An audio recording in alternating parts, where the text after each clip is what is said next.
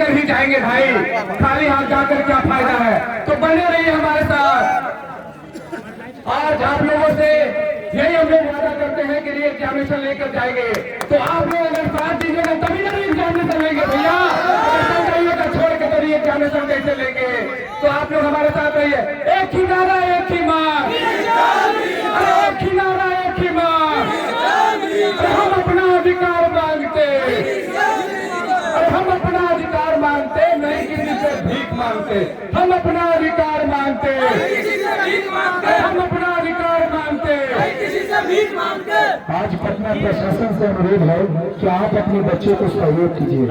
आप जिस पढ़ाई को पढ़कर प्रशासन शासन में आए हैं, हम बच्चे उसी पढ़ाई को पढ़ रहे हैं और हम 44 दिनों से सत्याग्रह पर हैं। हम अहिंसा के पुजारी हैं, हिंसा के नहीं। आप लोगों से अनुरोध है कि आप इस तरफ का गेट बंद कर रहे हैं तो उस तरफ का बंद कर रहे हैं। अरे साहब आप कहने मुट्ठी में कहते थे, इतने में पसीना छूट रहा है जी, हाँ इतने में पसीना छूट रहा है।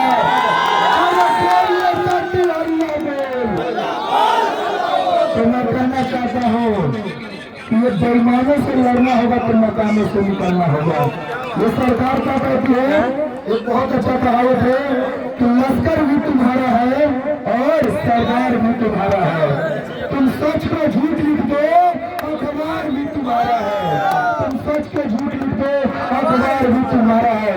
इस दौर के हम छात्र फरियादी जाओ तो जाओ कहा, साहब कानून भी तुम्हारा है और दरबार भी तुम्हारा है, दरबार भी तुम्हारा है।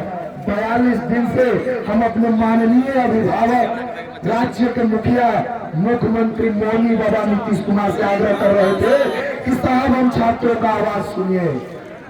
आज जेपी साहब भी स्वर्ग से रो रहे होंगे क्योंकि उन्होंने नीतीश कुमार जी को छात्र आंदोलन से इतना बड़ा राजनीतिज्ञ बनाया, 9 बार शपथ ले चुके हैं और आज वो छात्रों को सुनने के लिए तैयार नहीं है।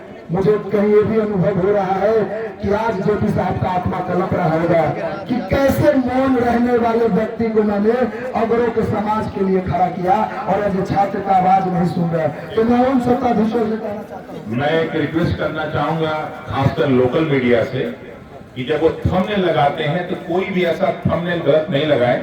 अभी हमने देखा है लाइव सीरीज में थंबनेल लगा हुआ है जहां एक तरफ जो है पुलिस द्वारा बच्चों को लाठी से मारा जा रहा है। कृपया उनसे रिक्वेस्ट है कि इस तरह का थंबनेल ना लगाएं। उससे क्या होता है कि गलत मैसेज जाता है कि पुलिस हमारे विरुद्ध है, पुलिस लाठी मार रही है और उससे बच्चे उत्तेजित होते हैं। तो सभी जितने भी मीडिया वाले हैं, कोई विरोध किसी का नहीं है, लेकिन थंबनेल पे ऐसे शब्द ना लिखें जिससे सनसनी पैदा हो। ये छात्र गांधीवादी तरीके से लड़ रहे हैं, लड़ते रहेंगे। कौन बंद कर दिया? भी लोग शुरू से हमारे साथ दे रहे हैं, तो कोई भी थंबनेल में ऐसी चीज न लगाए जिससे एक जो है दुराव भावना है। अब पुलिस द्वारा लाठीचार्ज लगा देंगे तो लोग तो यही समझेंगे कि लाठीचार्ज हो रहा है। ऐसी चीज तो यहाँ हो नहीं रही। फिर यहाँ अगर कोई बच्चों का उत्तेजित वाला फोटो लगा दीजिए, कोई मरने जीने का फोटो बंद कौन करा है, ठीक है। तो इस तरह का रिक्वेस्ट है, सभी मीडिया वालों से रिक्वेस्ट है कि जो भी आप थंबनेल लगाते हैं ऐसा थंबनेल लगाएं जो सकारात्मक हो।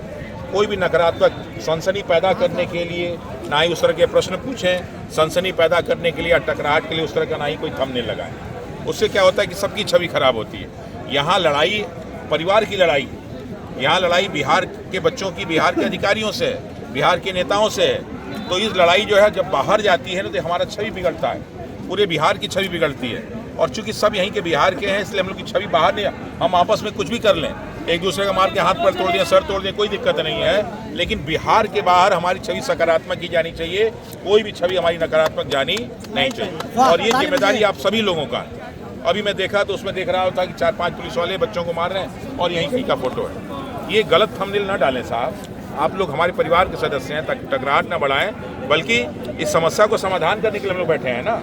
क्योंकि समस्या बड़ी है तो रातों रात समाधान नहीं, वो भी जानते हैं, हम भी जानते हैं। लड़ाई जो है भ्रष्टाचार और ईमानदारी के सत्य और असत्य की है। जब महाभारत की लड़ाई 18 दिन चल गई और राम को अपनी पत्नी के लिए 14 साल इंतजार करना पड़ गया, तो साहब हम लोग 45 दिन के लिए तैयार हैं, कोई दिक्कत नहीं। तो आप सभी से रिक्वेस्ट है कि इस तरह का कोई भी काम आप ना करें। बहुत बहुत धन्यवाद, थैंक यू।